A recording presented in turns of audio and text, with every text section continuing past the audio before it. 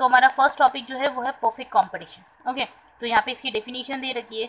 Perfect competition means a market, ठीक है, where there are large number of buyer and seller and they have perfect knowledge of market, ठीक है। The goods are homogeneous in nature and one price prevails in such market and firm is price taker। मतलब यहाँ पे हमने बहुत सारी चीज़ें पढ़ ली, अब अपन वन बाय वन इसको समझते हैं। तो perfect competition is a type of competition where there are large number of buyer and seller. मतलब जनरली वहाँ पे सेलर भी बहुत सारे हैं और बायर भी बहुत सारे, ठीक है। जनरली आपको ये तो पता होगा कि बायर बहुत सारे होते हैं, but there will be some restricted seller. But इस परफेक्ट कंपटीशन की केस में there are large number of buyer and seller. मतलब अगर हमको प्रोडक्ट एक सेलर के पास नहीं जमा तो हम किसको दूसरे को स्विच कर सकते हैं। Next, and they have perfect knowledge of market. They means buyer and seller both have perfect knowledge about the market, that's why it's known as perfect competition. Buyer और सेलर दोनों को नॉलेज होता है market के बारे में, market condition के बारे में, इसलिए अपन इसको क्या बोलते हैं, परफेक्ट कंपटीशन। नेक्स्ट बात हम करते हैं, तो the perfect competition there are homogeneous product. Means perfect competition के अंदर जो प्रोडक्ट होते हैं वो होते हैं होमोजीनियस। होमोजीनियस प्रोडक्ट क्या होता है? Homogeneous product means similar type of product would be there, there would be no substitute. मतलब कि हेट्रोजीनियस प्रोडक्ट नहीं होते वहाँ पे। प्रोडक्ट जो होते हैं वो कैसे होते हैं? Homogeneous means every type of product would be similar in nature. हर सेम टाइप के प्रोडक्ट के अंदर हम डीलिंग करते हैं। One price would prevail in the market, सीधी सी बात है, और वहाँ पे सब जगह एक ही प्राइस प्रिवेल कर रही होगी। नेक्स्ट अपन बात कर सकते हैं the firm is price taker. Firm क्या होती है? प्राइस टेकर होती है। अब आपने ये वर्ड पहली बार सुना होगा, तो one word relates to price taker और नेक्स्ट वर्ड बोलता है प्राइस मेकर। प्राइस टेकर मतलब कि जो कस्टमर हमको जो प्राइस बोलेगा हम उसी पर्टिकुलर प्रोडक्ट की वो प्राइस रख देंगे, it would be known as price taker. और price maker means seller would decide the price, ठीक है। जब कस्टमर प्राइस डिसाइड करता है तो अपन बोलते हैं firm is price taker, but जब सेलर प्राइस डिसाइड करता है तो अपन बोलते हैं firm is price maker. Is it clear to you? है ना? तो फर्म ने डिसाइड करी तो फर्म मेकर हो गई, फर्म ने डिसाइड नहीं करी तो फर्म टेकर हो गई, ठीक है। अब अपन ने जो समझा है डेफिनेशन, उसके अपन फीचर्स पढ़ते हैं। स्टूडेंट आपको फीचर्स लर्न नहीं करने पड़ेंगे अगर आपने ये डेफिनेशन पढ़ ली है, तो मैं वापस से बोल रही हूँ। तो ये जो डेफिनेशन में बोल्ड पॉइंट्स हैं आप उन्हीं को एज अ फीचर लिख सकते हैं। फर्स्ट फीचर होता है that there are large number of buyer and seller. मतलब परफेक्ट कंपटीशन एक ऐसा कंपटीशन होता है जहाँ पे बहुत सारे बायर होते हैं और बहुत सारे सेलर्स होते हैं, ठीक है। जनरली आज की कंडीशन में परफेक्ट कंपटीशन एग्जिस्ट नहीं करता, क्योंकि जनरली क्या होता है कि there will be differentiation of product. मतलब प्रोडक्ट का क्या हो जाता है? डिफरेंशिएशन हो जाता है। तो वी कैन नॉट से कि there are large number of buyer and seller. अगर बायर सेलर बहुत सारे हैं और सेम ही प्रोडक्ट दे रहे हैं और एक ही प्राइस है, तो फिर अपन दूसरे सेलर पे क्यों ऑप्ट करेंगे, है ना। तो जनरली ये चीज़ जो है वो रियल लाइफ में एग्जिस्ट नहीं कर सकती है। तो परफेक्ट कंपटीशन एक तरीके से जो है वो एग्जिस्ट नहीं करता रियल कंडीशन में, ठीक है।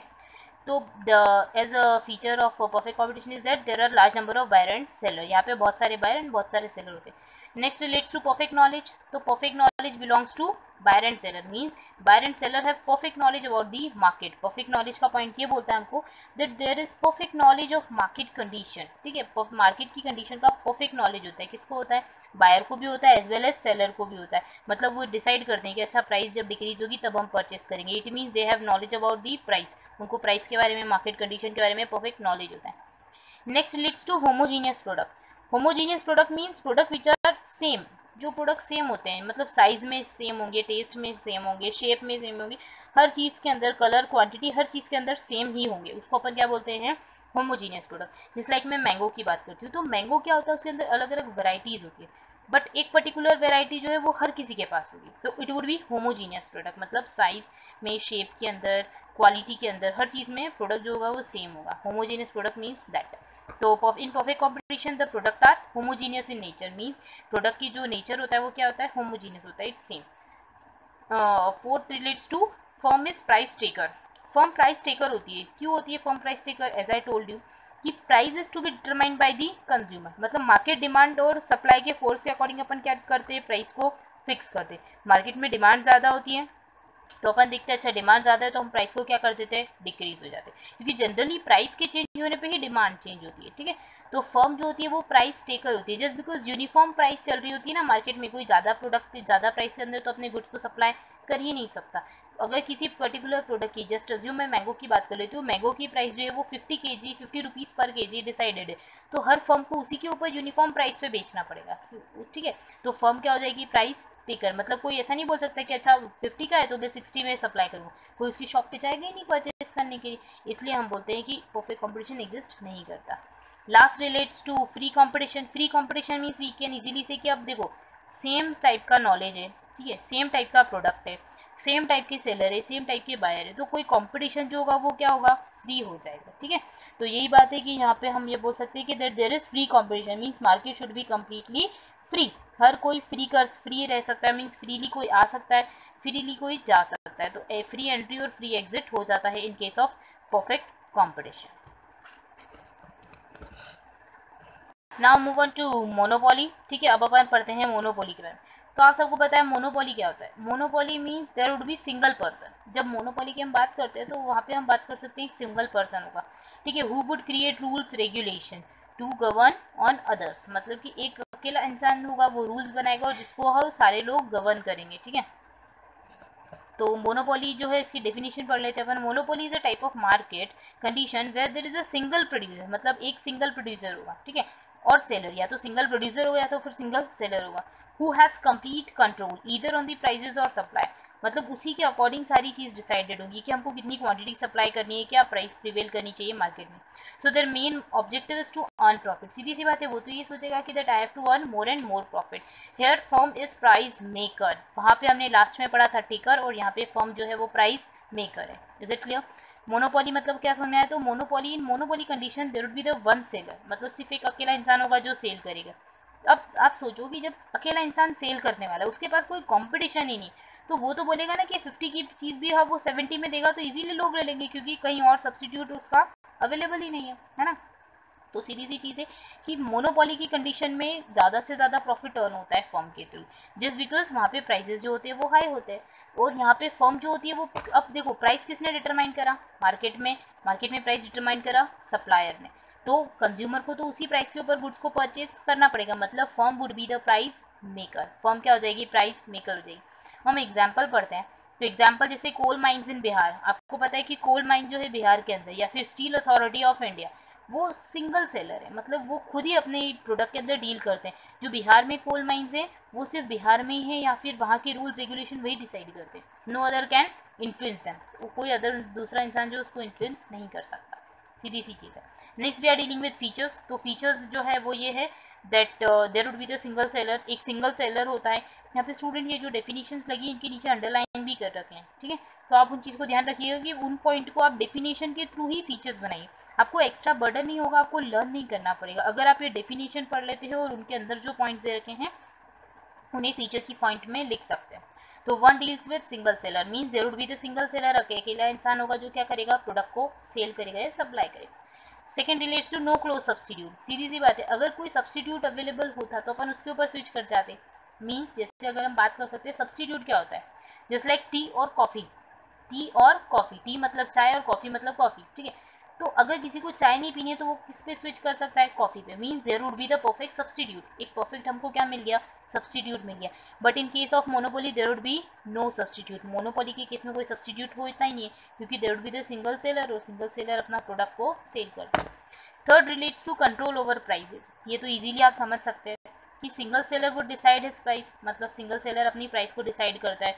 So he keep the price of product at high rate, वो अपने प्रोडक्ट की प्राइस को क्या करता है? हाई रेट पे रखता है। तो he had full control over the price, उसका पूरा के पूरा कंट्रोल होता है प्राइस के ऊपर कि प्राइस वो ज़्यादा से ज़्यादा फिक्स करे so that he can earn more and more profit. Next we are talking about की टाइप ऑफ इम्परफेक्ट कॉम्पिटिशन, मतलब एक था perfect competition and next deal with imperfect competition. तो इम्परफेक्ट कॉम्पिटिशन का एक पार्ट है मोनोपोली, ठीक है, तो it is one of the part of imperfect competition. Means यहाँ पे हमको परफेक्ट नॉलेज नहीं होता। इम्परफेक्ट मतलब where we won't have perfect knowledge about the market, मतलब ना सेलर को परफेक्ट नॉलेज है ना बायर साइड को, मतलब it would be imperfect competition, ठीक है, because we don't have any knowledge ना कि कब मार्केट प्राइस अपनी डिक्रीज कर देगा, सिंगल सेलर है तो, ठीक है।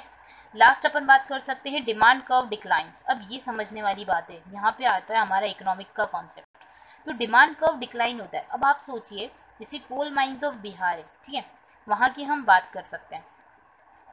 तो वहाँ की जो कोल माइंस है बिहार की, वहाँ पे अगर अपन देखते हैं तो वहाँ की जो भी डिमांड आ रही होगी, वहाँ की जो भी डिमांड आ रही होगी, या फिर कोल माइन के अंदर जो भी गुड्स होंगे या फिर जो भी कोल होगा, ठीक है, उन सबको पहले तो वो हाई रेट्स के ऊपर सप्लाई करेंगे। फिर उन्हें लगेगा कि हाई रेट्स पे कोई पर्सन ले नहीं रहा है, तो वो धीरे धीरे प्राइस को क्या करते जाएंगे, डिक्रीज करते जाएंगे। ठीक है, क्या करते जाएंगे, डिक्रीज। तो वी कैन इजीली से कि डिमांड कर्व डिक्लाइंस, क्योंकि मार्केट में प्राइसेस कंटिन्यूसली क्या होती जाती है, इंक्रीज होती है। तो अपन को पता है सीधा सा लॉ है यहाँ पे इकोनॉमिक्स का कि when prices rises demand automatically decreases. जब प्राइस राइज होती है तो डिमांड क्या हो जाती है, डिक्रीज। और वी कैन सी कि मोनोपोली के अंदर प्राइस हमेशा क्या होती है, हाई ही होती है, इंक्रीज होती है। ठीक है, तो मोनोपोली बहुत सिंपल सा कॉन्सेप्ट है, इम्परफेक्ट कॉम्पिटिशन का एक पार्ट है जो आज हमने पढ़ा है। अब अपन पढ़ते हैं मोनोपोलिस्टिक कॉम्पिटिशन। ठीक है, तो पहले अपन ने पढ़ा परफेक्ट कॉम्पिटिशन में बहुत सारे सेलर थे, मोनोपोली के अंदर सिंगल सेलर था। Now we are talking about the monopolistic competition. ठीक है, तो मोनोपोलिस्टिक कॉम्पिटिशन की डेफिनेशन है, it is a market structure which consist feature of perfect competition and monopoly. मतलब दोनों के फीचर्स हो जाएंगे, means there are large number of firm sells closely related but differentiate product. मतलब सीधी सी बात है कि there would be large number of firms, मतलब सेलर आर मोर, जैसा कि परफेक्ट कॉम्पिटिशन का फीचर है। They are selling closely related but differentiate product. What does the statement tell us, कि ये स्टेटमेंट का मीनिंग जो है वो ये है कि the product are closely related to each other. मतलब प्रोडक्ट जो होते हैं वो सेम टाइप के नहीं होते हैं, उनमें थोड़ा थोड़ा सा क्या होता जाता है, डिफ्रेंसिएशन होता जाता है, थोड़ा थोड़ा सा क्या होता है, डिफ्रेंसिएशन। जैसे अपन बात कर सकते हैं रेस्टोरेंट्स की, ठीक है, या फिर अपन बात कर सकते हैं क्लोथ्स की। तो जनरली प्रोडक्ट सेम है but there would be some type of differentiation, तो उसके अंदर क्या होता है, थोड़े टाइप का डिफ्रेंसिएशन हो जाता है। तो ये एक एग्जांपल है मोनोपोलिस्टिक कंपटीशन के बारे में। ठीक है, तो मोनोपोलिस्टिक कंपटीशन के अंदर दोनों के फीचर आ जाएंगे, परफेक्ट कंपटीशन प्लस मोनोपोली के। ठीक है, तो एग्जांपल हमने पढ़ लिया, अब अपन पढ़ते हैं इसके फीचर्स के बारे में।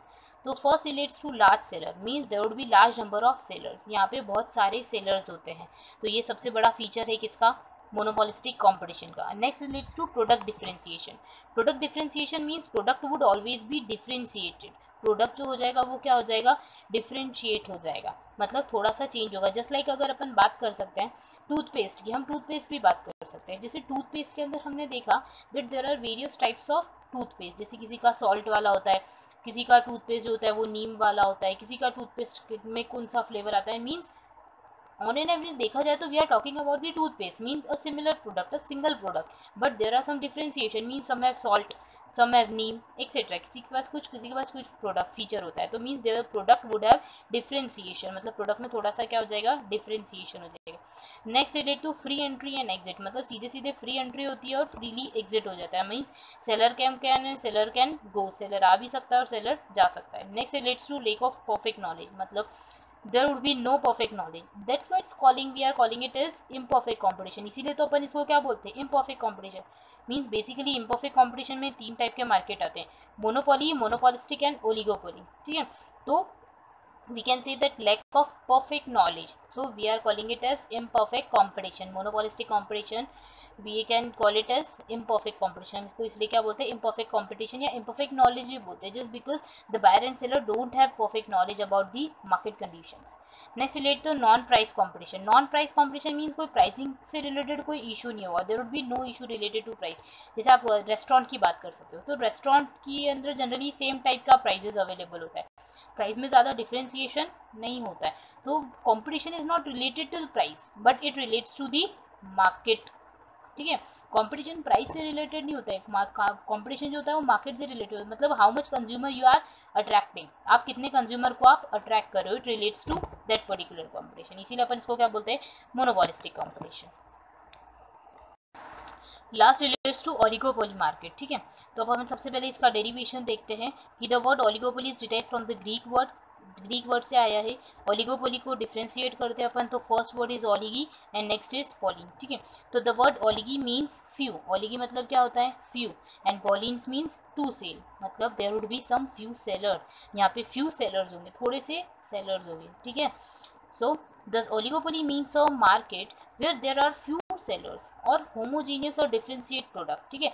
Few sellers are selling their product, मतलब थोड़े से सेलर्स होंगे but the product would be homogeneous और डिफरेंशिएट, मतलब प्रोडक्ट में भी होमोजीनियस, तो होमोजीनियस भी हो सकता है या फिर डिफरेंशिएटेड भी हो सकता है। अब अपन पढ़ते हैं होमोजीनियस, तो अपन ने पढ़ रखा है। अपन पढ़ते हैं डिफरेंशिएट प्रोडक्ट क्या होता है। Differentiate product means product have some variety या some different features with another one. एक प्रोडक्ट दूसरे प्रोडक्ट से थोड़ा सा डिफरेंट होता है just because of its features या फिर उसका टेस्ट या फिर एनी अदर रीजन, कुछ भी रीजन हो सकता है, ठीक है। तो होमोजीनियस या डिफरेंशिएट प्रोडक्ट में दे आर जस्ट डीलिंग।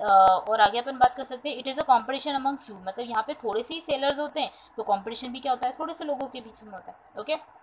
अब एग्जाम्पल की बात करते हैं, तो example relates to market of automobiles, जैसे ऑटोमोबाइल का मार्केट होता है, या फिर मार्केट रिलेट्स टू सीमेंट। ये ऑटोमोबाइल्स के अंदर हम यही बात कर सकते हैं कि फ्यू सेलर्स होते हैं, जैसे हमको पता है कि ऑटोमोबाइल के लिए कुछ स्पेसिफिक कंपनीज ही है वही ऑटोमोबाइल प्रोडक्ट के अंदर डील करती है, ऐसा हर कोई नहीं आके डील कर लेता है, ठीक है।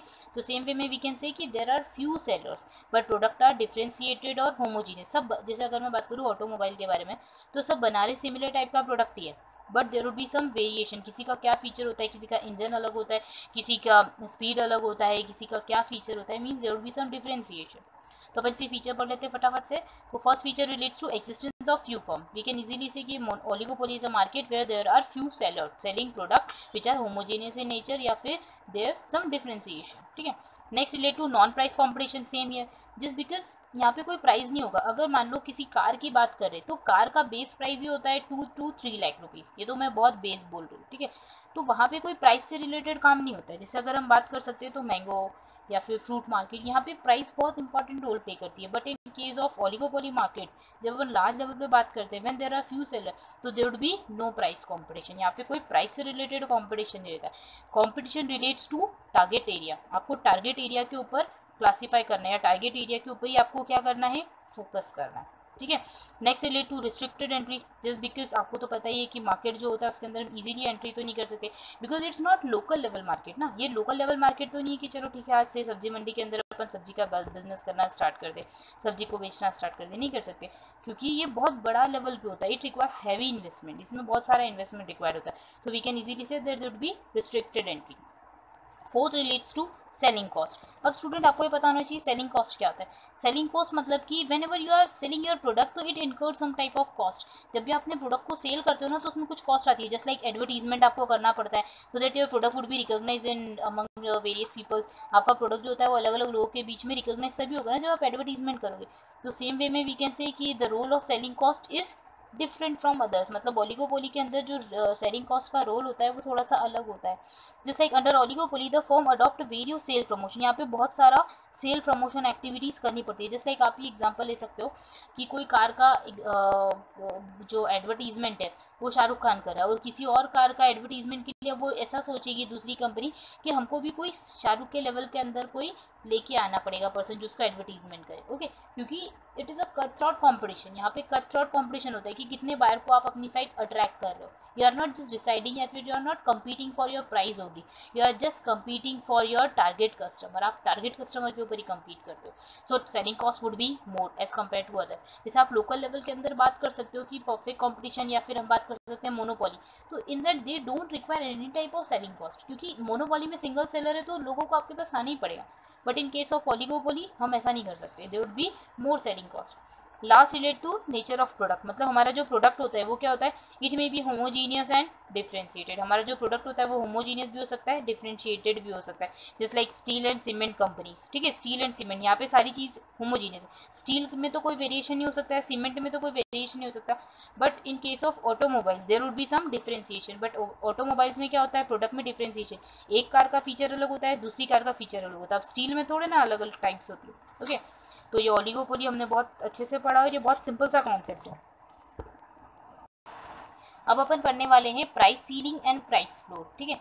तो प्राइस सीलिंग और प्राइस फ्लोर के अंदर गवर्नमेंट का बहुत इंपॉर्टेंट रोल होता है, ठीक है। Price ceiling means government would decide a maximum price for a commodity, means government जो होती है वो एक मैक्सिमम प्राइस डिसाइड करती है किसी भी पर्टिकुलर प्रोडक्ट के लिए। अब गवर्नमेंट ये क्यों डिसाइड करती है, just because there are some essential commodities, कुछ एसेंशियल कमोडिटीज़ होती है विच पुअर लोग जो अफोर्ड नहीं कर सकते, जिसको पुअर लोग इजीली अफोर्ड नहीं कर सकते, तो गवर्नमेंट एक प्राइस डिसाइड करती है कि अच्छा इसके बियॉन्ड आप लोग नहीं जाओगे, ठीक है। सेम वे में होती है हमारे पास प्राइस फ्लोर। प्राइस फ्लोर में गवर्नमेंट डिसाइड करती है एक मिनिमम प्राइस कि बियॉन्ड या फिर below which you can not work या you can not supply your product, ठीक है। तो जब भी गवर्नमेंट मैक्सिमम प्राइस डिसाइड करती है it would be known as price ceiling. जब मिनिमम प्राइस डिसाइड करती है तो it would be price floor. अब अपन समझते हैं कि प्राइस सीलिंग की रिक्वायरमेंट क्या है। तो प्राइस सीलिंग में गवर्नमेंट मैक्सिमम प्राइस डिसाइड करती है, so it would create beneficial या फिर it would be beneficial for those who can not afford a product, मतलब जो लोग इजीली प्रोडक्ट को अफोर्ड नहीं कर सकते, मतलब जो थोड़े गरीब होते हैं, ठीक है, या फिर जो थोड़े पुअर पीपल होते हैं, वो लोग हर प्रोडक्ट को परचेज नहीं कर पाते। तो गवर्नमेंट फिक्स कर देती है कि अच्छा हम मैक्सिमम प्राइस इतना बोलते हैं, आप इतना तो आपको देना ही पड़ेगा, तो आप पर्टिकुलर प्रोडक्ट को परचेज कर सकते हो। जैसे हम इसका एग्जांपल ले सकते हैं, जैसे राशनिंग होती है, कोटाज होते हैं, मतलब राशन कार्ड बना होता है लोगों का, तो राशन वहाँ से परचेज कर लेते हैं। गवर्नमेंट फिक्स कर देती है कि अच्छा हमने 5 रुपीज़ पर केजी या 7 रुपीज़ पर केजी राइस और व्हीट का प्रोडक्ट आपको देंगे अगर आप लोगे तो it would be known as price ceiling, ठीक है। इससे बेनिफिट किसको हुआ? कस्टमर को। But in case of price floor the benefit would be in favour of the producer, मतलब सेलर को बेनिफिट करने के लिए गवर्नमेंट क्या करती है? प्राइस फ्लोर करती है। Just like it means a minimum price fixed by the government which the producer must be पे टू देयर प्रोड्यूसर, ठीक है। जो भी हमने प्रोडक्ट को प्रोड्यूस करा उसके लिए हमको मिनिमम प्राइस तो देना ही पड़ेगा। जैसे हम एग्जाम्पल ले सकते हैं एग्रीकल्चर प्रोडक्ट के बारे में बात कर सकते हैं, जैसे like wheat, sugar cane etcetera.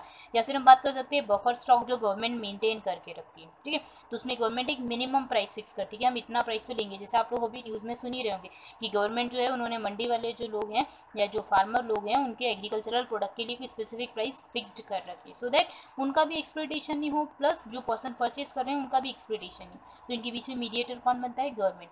Price, आपको जो मेन चीज़ ध्यान रखनी है वो ये कि price ceiling create benefit for the customer and price floor would be beneficial for the producer, so that no one could be exploited, हर कोई एक्सप्लॉयट नहीं होगा। ओके।